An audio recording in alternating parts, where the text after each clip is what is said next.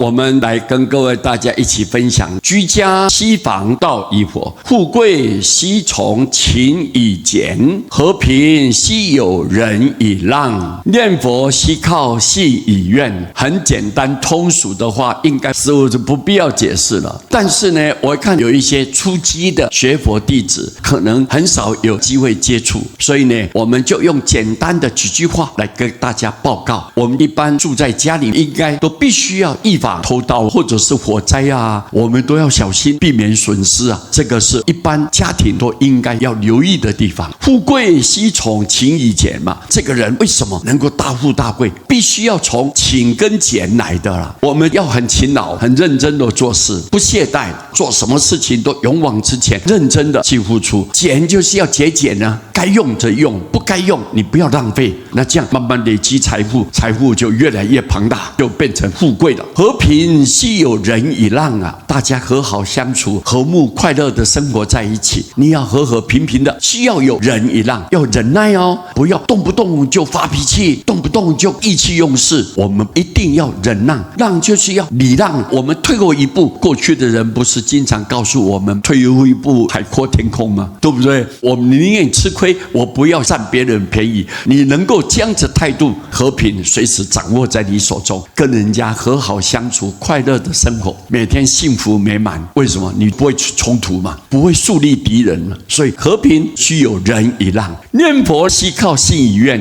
佛一再的强调，信是无量的功德。你念佛，阿弥陀佛绝对不放弃你，永远就是要救度你。如果我怀疑佛，又怀疑我自己，那就糟糕了。所以你要能够顺顺利利、圆圆满满到极乐世界。第一个要建立信心，我有信心，绝对不怀疑。愿是什么？我愿意去啊。三岛大师告诉我们：莫论弥陀摄不摄，莫论阿弥陀佛到底救不救，意在专心回不回。重点在你到底回不回去吧。但要回心决定向，要去的心是决定了，决定这个方向，绝对不更改、不动摇。那这样临终弥陀自来迎呢，阿弥陀一定来接引你的。所以我们只要有信有愿，阿弥陀佛满你所求，满你所愿。以上这一章呢，简短的来给各位大家报告。实际上我讲的都是非常粗浅，应该你们一看就懂了，对不对？好，今天非常感谢大家，阿弥陀佛。